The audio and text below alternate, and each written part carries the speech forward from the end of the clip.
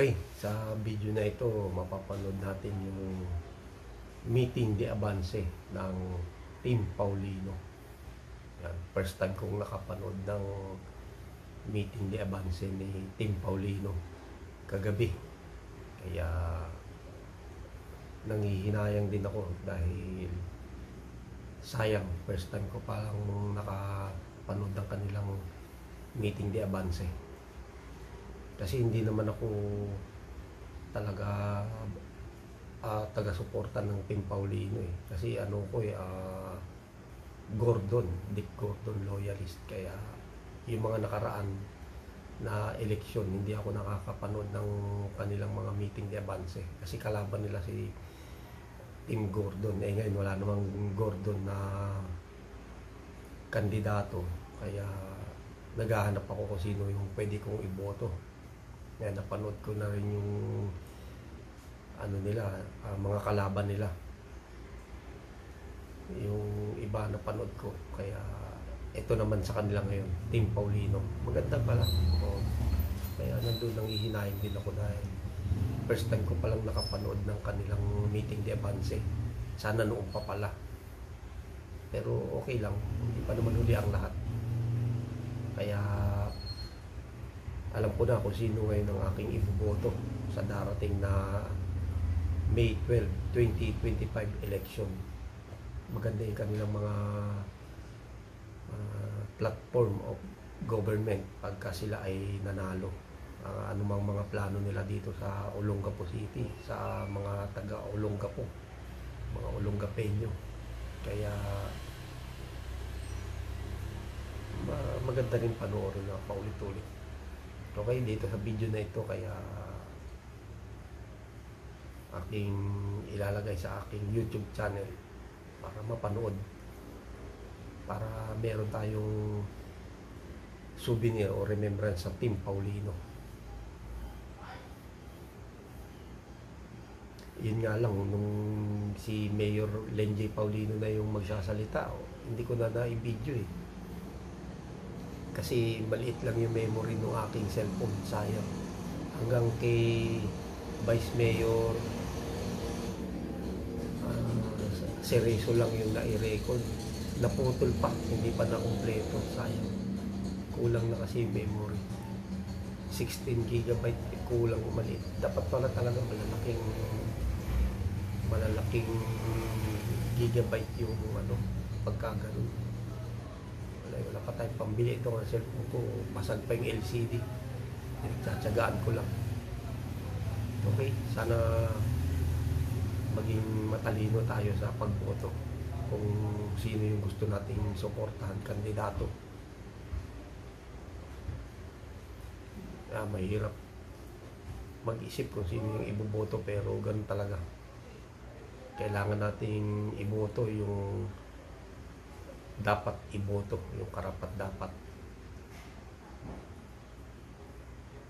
Okay, good luck na lang sa lahat ng mga kandidato. Hindi ko na ma-edit yung kanilang mayoralty candidate debate kasi baka makopyright naman ako sa YouTube. Sayang, monetize na yung channel ko. Tsaka yung sa Vice Mayor debate, maganda rin. Magaganda yung mga platform ng kandidato sa mayor tsaka vice mayor. Lahat sila matatalino, magagaling, pero wala, kailangan isa lang ang iboto sa kanila eh. Hindi ko mai-upload sa aking YouTube channel kasi sigurado copyright yung mangyayari. Sayang naman kasi matagal kong pinaghirapan yung channel ko eh. Monetize na siya ngayon. Kaya kung makaka-copyright ako, mawawala yung revenue. Sayang naman. Yun lang ang aking inaasahan. Kaya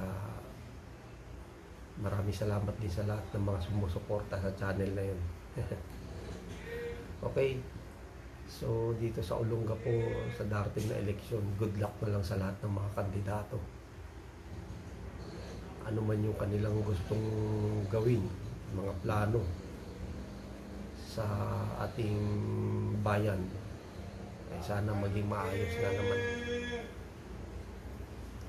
Maraming magagandang plano o gusto nilang gawin, pero hindi natin alam kung gagawin nga naman nila yun pagdating ng sila yung nanalo. Kaya kailangan sila ay busisiin talaga, suriin. Okay? Kaya ganun talaga, mahirap. Kasi hindi lang bayan ng Olongapo yung nakasalalay dito, kundi yung ating bansang Pilipinas. Kaya para umasenso at umudlad ang ating bansa, dapat pili natin yung mga matitino, yung karapat dapat na iboto, para sa ganun maging maayos, hindi lang yung ating bayan,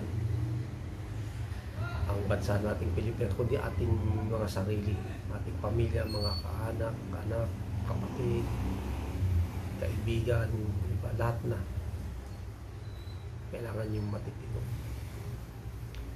Okay, good luck sa lahat ng mga kandidato. Sana yung mga pinangako nyong gagawin ito pa rin ninyo sana, para sa ganun mabago yung sistema ng ating bansang Pilipinas na lubog na sa kahirapan dahil sa laki ng utang. Diyan mag-uumpisa yan sa mababa hanggang sa nasyonal. Okay?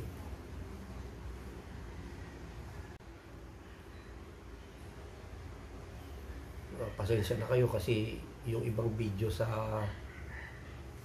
kampanya na meeting de avance ng Team Paulino, yung mga ibang konsehal na nagsasalita, yung mga kandidato, kasi putol-putol na nagloko yung pagre-record ko ng video, sayang hindi nabubuo. Yung iba naman buo, pero yung karamihan napuputol yung video, hindi siya na-record ng maayos. Pero ganun pa man, may mga bahagi doon na magaganda yung kanilang mga sinabi na nakunan natin yung video na yun. Kaya sabi ko nga na sayang, dapat yung maganda-gandang cellphone sana para mula umpisa ng pagsasalita nila hanggang sa matapos na i-record sana. Kaya mapag-iisipan natin kung sila ba yung karapat dapat na iboto o hindi. Pero para sa akin, base sa karanasan ko, maganda yung mga sinasabi nila. Kasi ito yung mga kandidato na pagkakonsehal. Mga kapitan to, magagaling to. Kaya sabi ko, kahit na putol-putol yung video ko na nakuha, dumating kasi ako dun, yung ibang kandidato, tapos na magsalita. Yung inabot ko na lang, ilan na lang sila. Kaya nangihinayang din ako. Tapos medyo natatakpan pa yung video. Pero okay lang. Ganun talaga. Importante lang naman mapakinggan yung gustong sabihin ng mga kandidato. Mapakinggan natin kung ano yung gusto nilang mangyari o gawin pag sila ay nanalo. Kaya para sa akin, kahit na hindi ako solid Team Paulino, pero masasabi ko maganda yung nila, yung platform of government na kanilang gustong mangyari kung sakaling sila ay mananalo. Okay? So, katulad ng sinabi ko kanina na napanood ko na rin yung iba na mga kalaban nila. Kaya kailangan piliin natin yung karapat-dapat. Yun nga lang, pasensya na kasi yung ibang video hindi natapos mula umpisa hanggang sa dulo. Putol-putol siya. Sayang. So yung mga kalaban nila Team Paulino, yung katulad ng ibang kumakandidato, wala, hindi ako nanood ng kanilang mga meeting de avance kasi wala namang kasama dito yung bata sa bahay. Hindi ako makaalis. Siyempre, ilang oras din tayo stay doon sa meeting de avance na yun. Walang kasama yung bata, gabi na, tapos may pasok pa kinabukasan, kaya sayang din hindi tayo nakapanood. Pero ganoon pa man, napapanood na lang online yung mga live streaming nila o yung ibang nag-upload sa Facebook. Kaya importante talaga malaman natin yung gusto ng mga kandidato, yung mga gusto nilang mangyari. Kailangan mapakinggan natin bago tayo bumoto. Importante yun kasi pag naiboto mo na sila tapos hindi naman pala sila matino, sayang yung boto natin. Ganyan yung nangyayari sa ating bansang Pilipinas. Kaya lubog na lubog sa kahirapan, malaki yung utang, puro away sa politika dahil hindi matitino ang karamihan na politiko na nakaupo. Kaya ganun, sumayaw lang, kumanta, tumula, nagdrama, tapos nagpaawa, simpatya, ibinoto na. Yun ang masakit doon. Kaya yung kahirapan ng bansang Pilipinas nananatili pa rin mula noon hanggang ngayon. Okay, kahit na putol-putol yung video na aking upload, sana nagustuhan ninyo. Kaya maraming salamat sa panonood. Kaya sa suporta. Okay, good luck sa lahat ng mga kandidato sa darating na May 12, 2025 election. God bless Philippines. God bless Olongapo, sabi nga nila.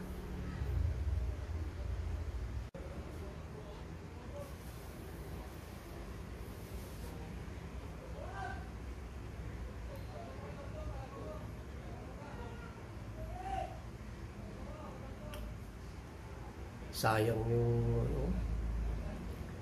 video na ginawa ko kagabi. Wala walang na-save.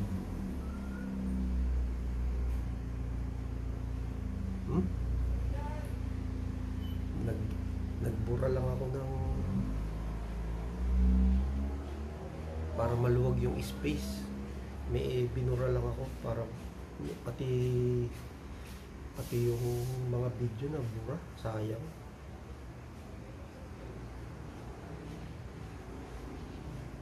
Maliit lang kasi yung storage nito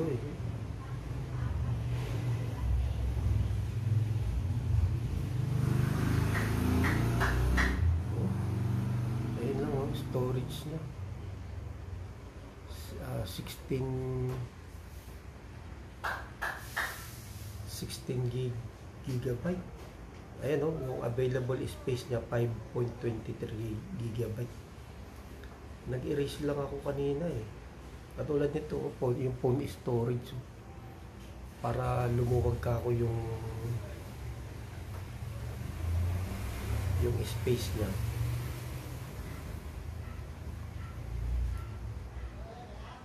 Nadamay yung mga video kagabi, yung meeting di Avance ni Paulino. Sayang. Sabi ko para may remembrance sana, souvenir.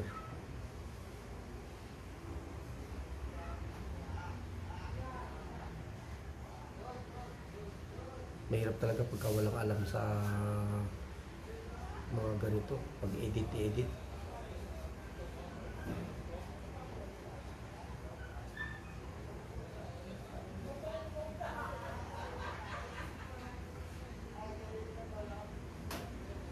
Sayang, ang ganda pa naman ng mga nila, mga sinasabi kagabi. Dapat ibang cellphone na lang yung ginamit ko pala. Itong S9. Ito kasi Y53 to Maliit lang pala yung storage nito. Hindi ko kabisado to kasi dahil hindi ko ginagamit talaga to pang video Ang ginagamit ko pang video itong S9 Plus. 64 gigabyte to yung S9. Kaya lang kasi naiilang ako minsan gamitin dahil basag ng LCD, guhit-guhit na pero napapakinabangan pa naman. Dapat ito na lang pala yung ginamit ko, S9 Plus, para na-save lahat ng data kagabi. Sayang nakakapanghinayang. Katulad ng sinabi ko, di ba, first time kong nanood ng meeting di Avance ng Team Paulino. Sayang nang hinayang ako. Mas nakakapanghinayang pala ngayon na hindi na i-save yung ano, yung mga video. Talagang wala yun. Wala. Ganun talaga.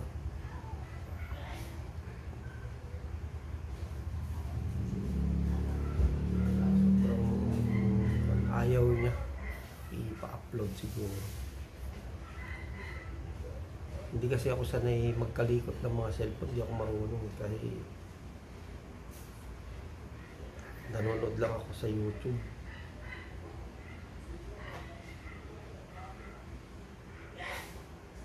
Wala eh, hindi ko makikita eh. Baka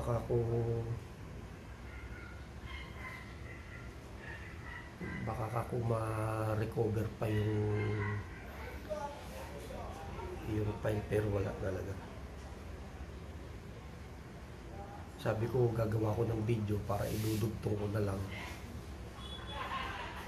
yung mga kagabi tsaka yung ngayon na vlog, pero wala, hindi makita. Wala pala, sayang. Nakakapanghinayang pala na ganun. Okay, pero wala, ganun talaga eh. Minsan lang tayo manood ng meeting di Avance ng Team Paulino, hindi pa na i-save yung mga file, sayang. Dapat pala bago ako natulog pala kagabi sa ano, blinutot ko na para mai-transfer, tapos i-compress na lang siya. Wala, hindi ko agad na ano, antok na kasi ako kagabi, kaya sayang. Okay, kaya hanggang dito na lang yung ating vlog muna ngayon. Wala tayong magagawa, talagang kapos tayo sa ano, sa kaalaman sa pag-i-edit sa cellphone. Hindi tayo marunong eh. Kung marunong lang ako, marami sana akong magaganda na idea na pwede kong gawin, pero wala, talagang ganito lang talaga. Okay, sa Team Paulino, Kunghon at Cerezo, saka sa mga konsehal nila, okay, good luck na lang sa inyo lahat. Team Paulino, Kunghon at Cerezo, at saka sa mga konsehal nila, good luck and God bless. Sana manalo kayo. Okay, good luck.